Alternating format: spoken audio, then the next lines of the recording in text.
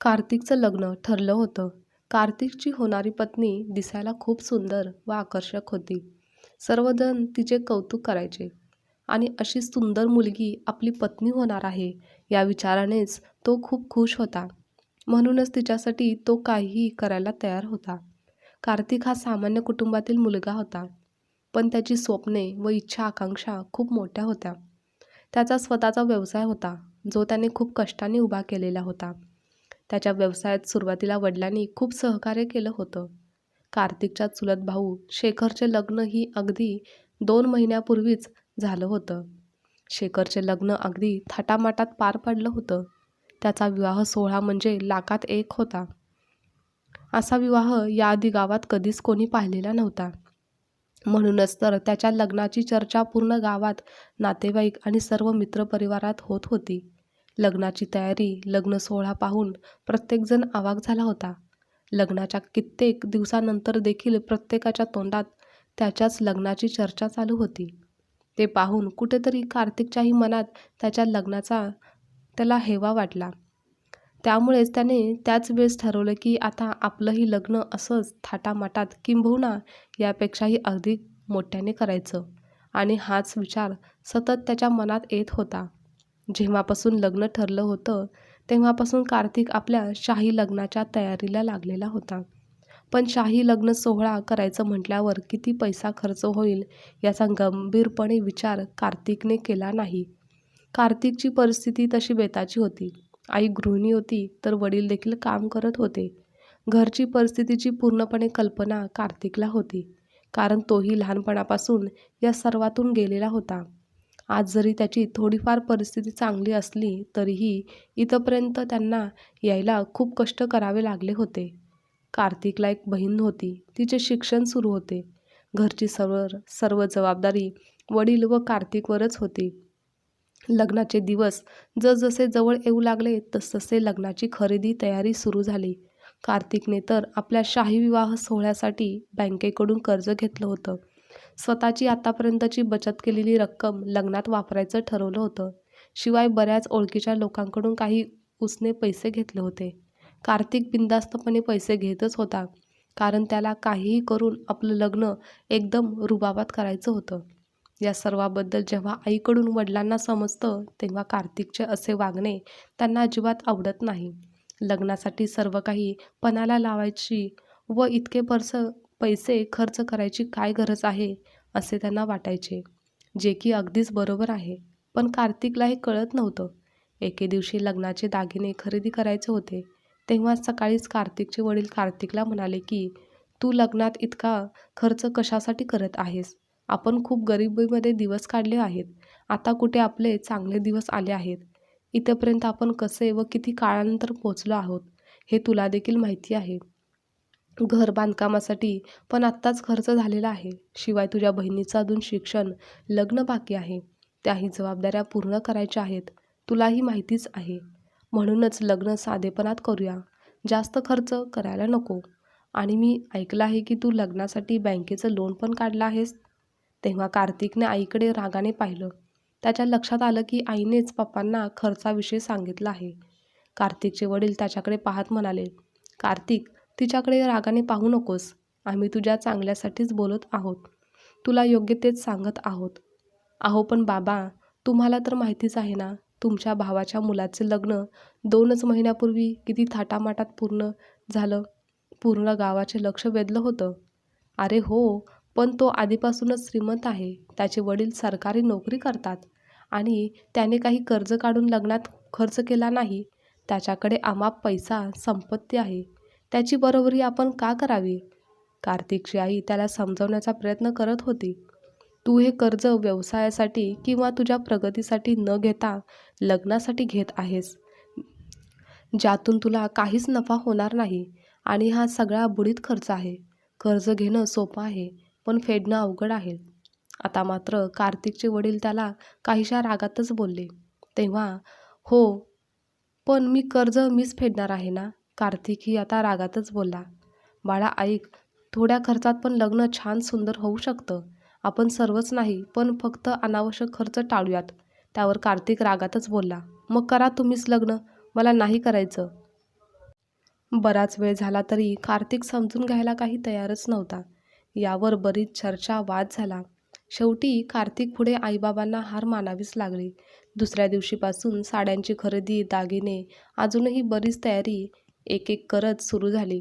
कार्तिकने आपल्या लग्नात प्रत्येक गोष्टीवर भरपूर पैसा खर्च केला. मग ते दागिने असो किंवा साड्यांची खरेदी असो किंवा मग लग्नाचा हॉल असो, प्रत्येक गोष्टीवर आम्हा पैसा खर्च झाला. पण आपण कोठे, किती व कसा पैसा खर्च करत चाललेलो आहोत आणि त्याचे परिणाम काय होतील याचा अंदाज कार्तिकला कदाचित आलेलाच नव्हता. तर तो फक्त शाही विवाह सोहळा करण्याच्या धुंदीमध्ये गुंग होता. अखेर लग्नाचा शुभ दिवस आला. सर्वांची धावपळ सुरू होती. लग्न कार्तिकच्या घराजवळच्याच हॉलमध्ये होतं. कार्तिकने गावातील सर्व प्रतिष्ठित नागरिक, राजकीय पुढारी, सर्व मित्रपरिवार यांना लग्नाचे आमंत्रण दिले होते. लग्नातील प्रत्येक सामान, वस्तू हे भारीचे होते. मोठमोठ्या व श्रीमंत लोकांच्या लग्नात जो काही थाट व तयारी असतो, ती सर्व तयारी व तो थाट याही लग्नात पाहण्यास मिळत होता. अगदी शाही विवाह सोहळा वाटत होता. गावातील लोक डोळे विस्फारून पाहत होते. नवरदेवाचे मित्र तर तोऱ्यात होते. डीजेच्या तालावर बेभान होऊन नाचत होते. नवरदेव मंडपात आला. प्रतिष्ठित व्यक्तींचे सत्कार झाले. मंगलाष्टका संपल्या. लग्न लागलं. फटाक्यांची आतिषबाजी झाली. लोक जेवायला बसले. केटरिंगची मुले सर्वांना जेवायला वाढू लागली.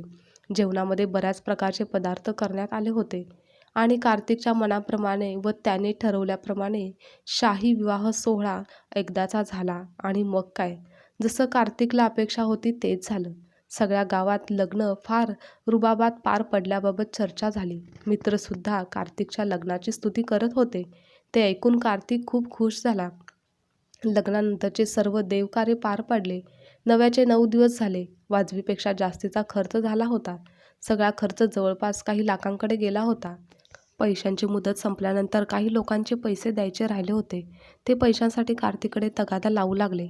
तेव्हा कार्तिकने मग आईच्या बचत गटाचेही कर्ज उचलले व पैसे देऊन टाकले. काही दिवसानंतर कार्तिक कामावर जाऊ लागला. पण व्यवसाय बरेच दिवस बंद असल्याने रोजच व्यवसाय पाहिजे तसा होत नव्हता. कधीकधी तर रिकाम्या हाताने देखील परत यावं लागायचं. त्यामुळेच कार्तिक नाराज व्हायचा. आता लोकांचे उसने घेतलेले पैसे, बँकेचे लोन कसं परत करायचं याचा विचार तो सतत मनात त्याच्या येत होता. पण तरीही बरेच दिवस कार्तिक स्वतःला समजावत होता की परिस्थिती बदलेल, व्यवसाय पुन्हा पहिल्यासारखा चालू होईल. पण प्रत्यक्षात मात्र तसं झालं नाही. हल्ली तर कार्तिक लोकांचे पैसे कसे परत करायचे या विचाराने व व्यवसायाच्या मंदीमुळे त्याचं सर्व लक्ष विचलित होत होतं. काय व कसं करावे हे त्याला सुचत नव्हतं. काही महिन्यातच कार्तिक मोठ्या आर्थिक संकटात सापडला. व्यवसाय ढासळला. व्यापाऱ्यांचे पैसे देणे होते, ते वेळेवर देता येईना. घरखर्च वाढला. बँकेचे हप्ते थकू लागले आणि त्यामुळे त्याला राहिलेले दुकानातील साहित्य देखील विकावे लागले. तरीही आणखीन बँकेचे काही रुपये देणे बाकीच राहिले होते. आत्तापर्यंत कमावलेले पैसे लग्नामध्ये खर्च झाले होते. उलट देणे अधिक झाले होते. त्यामुळे कार्तिकची चिडचिड वाढली.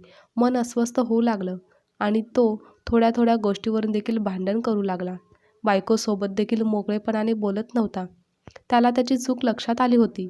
पण आत्ताच्या परिस्थितीपुढे तो हतबल झाला होता. त्याला मागचे दिवस आठवू लागले. तो बायकोला म्हणाला होता की तुला राणीसारखे ठेवीन, तुला काहीच कमी पडू देणार नाही, तुझी सर्व स्वप्ने पूर्ण करेन, जगातील सगळं सुख तुझ्या पायाशी ठेवीन. पण आता तो तिच्या छोट्या छोट्या गरजा देखील पूर्ण करू शकत नव्हता. त्यामुळेच तो मनातून पूर्णपणे उद्ध्वस्त झाला होता. एवढा व्यवसाय टाकला, मालक झालो आणि आता परत रस्त्यावर आलो याचे त्याला राहून राहून वाईट वाटत होते. तो घरात कोणाशीही जास्त बोलत नव्हता. तो बाहेर असायचा, फिरत राहायचा आणि संध्याकाळी घरी यायचा. त्याने मित्रांना, नातेवाईकांना देखील मदतीसाठी याचना केली होती. लग्नात सुखाच्या प्रसंगी सोबत असलेले मित्र व नातेवाईकही आत्ता या वाईट प्रसंगी त्याला टाळू लागले होते. लग्नाची चर्चा तर फक्त काही दिवसच चालली. नंतर कोणी लग्नाचं नाव देखील काढलं नाही. लग्नासाठी कर्ज काढून उगाच जास्तीचा खर्च केला म्हणून लोक पाठीमागे त्याला नावे देखील ठेवू लागले. जे मित्र चांगले होते त्यांनी काही पैसे उसने दिले, पण तेवढ्या पैशांनी काहीच होणार नव्हतं आणि उसने घेतलेले पैसेही आज ना उद्या परत द्यावेच लागणार होते. पण याबाबत, इतक्या कर्जाबाबत त्याच्या बायकोला याबाबतीत काहीच माहिती नव्हतं. लग्नापूर्वीचा कार्तिक आणि लग्नानंतरचा कार्तिक यामधील फरक स्पष्ट तिला जाणवत होता. ती त्याला बोलतं करण्याचा प्रयत्न करत होती, पण तो तिला प्रतिसाद देत नव्हता. म्हणून तीही मनातून दुःखी असायची. काही दिवस असेच निघून गेले. एके दिवशी कार्तिकची पत्नी घाबरलेल्या आवाजात कार्तिकच्या आईवडिलांना आवाज देऊ लागली. त्यांनी गडबडीने दरवाजा उघडला तर ती थरथर कापत होती. ती खूप घाबरलेली होती. तिच्या हातात कसली तरी चिठ्ठी होती. कार्तिकच्या वडिलांनी तिच्या हातातून चिठ्ठी घेतली, वाचली, पण त्यांना पण धक्का बसला. कार्तिकच्या आईने ही चिठ्ठी वाचली आणि ती रडायला सुरुवात करू लागली. चिठ्ठीमध्ये लिहिलं होतं की, आई बाबा आणि बायको, मला माफ करा. तुम्ही सगळे खूप चांगले आहात, पण मीच तुमच्याशी नातं ठेवण्याच्या लायकीचा नाही. आईबाबांचे न ऐकून मी आयुष्यात खूप मोठी चूक केली आहे. लग्नासाठी खूप पैसा खर्च केला, पण मी देणे फेडू शकलो नाही. त्यामुळेच मी आत्महत्या करत आहे. मी आपला अपराधी आहे. मला माफ करा. आपलाच कार्तिक. चिठ्ठी वाचून तिघांच्या पायाखालची जमीनच सरकली. त्या क्षणी कार्तिकच्या वडिलांनी त्यांच्या मोबाईलवरून फोन लावला. रिंग वाजत होती, पण फोन तो काही उचलत नव्हता. बहीण, वडील सर्वच जण इकडे तिकडे फोन लावत होते. त्याची विचारपूस करत होते. त्यांच्या मित्रांना देखील फोन लावून पाहिला, पण कोणालाच कार्तिक कुठे गेला असावा याबाबत काहीच कल्पना नव्हती. तेव्हा त्याच्या बहिणीच्या मैत्रिणीचा फोन आला की कार्तिक दादा गावाजवळच्या विहिरीकडे दिसला आहे.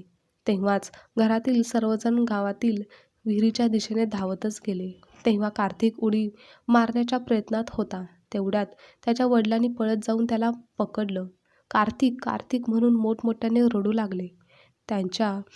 त्याच्या वडिलांनी त्याला आपल्या जवळ घेतलं. आईने त्याचे डोळे पुसले. बायको देखील रडू लागली होती. कार्तिकच्या आईने त्याला समजावून शांत केलं. तेव्हा कार्तिक रडतच म्हणाला, मी सर्व काही गमावलं आहे. मला माफ करा. मला जगण्याचा अधिकार नाही. तुमचं न ऐकून मी खूप मोठी चूक केली आहे. कार्तिकचे वडील म्हणाले, तू शून्यातून सर्व कमावलं होतं आणि तूच घालवलंस. जो माणूस शून्यातून मोठा होतो त्याला परत शून्यातून सुरुवात करायला काहीच अवघड नसतं. आणि हो, हे कर्ज आपण दोघे मिळून फेडू. तू एकटा नाहीस. अजून तुझा बाप जिवंत आहे. वडिलांचे धीर देणारे शब्द ऐकून कार्तिकला गहिवरून आलं. तो आणखीनच हमसून रडू लागला. कार्तिकची आई म्हणाली, आमच्यासाठी तूच खरी संपत्ती आहेस. तू नसल्यावर आम्ही कसं जगायचं? बायको म्हणाली, मी तुमच्यासाठी माझे आईवडील, माझं घर सोडून तुम्हाला सर्वस्व मानून या घरात आले आणि तुम्ही मला असं एकटीला सोडून चालला होता? मी अशा दुःखाच्या प्रसंगी तुमची साथ कशी सोडेल? सुख-दुःखात एकमेकांची साथ द्यायचं असं लग्नाच्या पवित्र बंधनात अडकताना वचन घेतलं आहे. आपण हे विसरलात का तुम्ही? तिघांचे असे धीर देणारे बोलणे ऐकून कार्तिकला पश्चाताप झाला. त्याने हात जोडून आईवडिलांची माफी मागितली.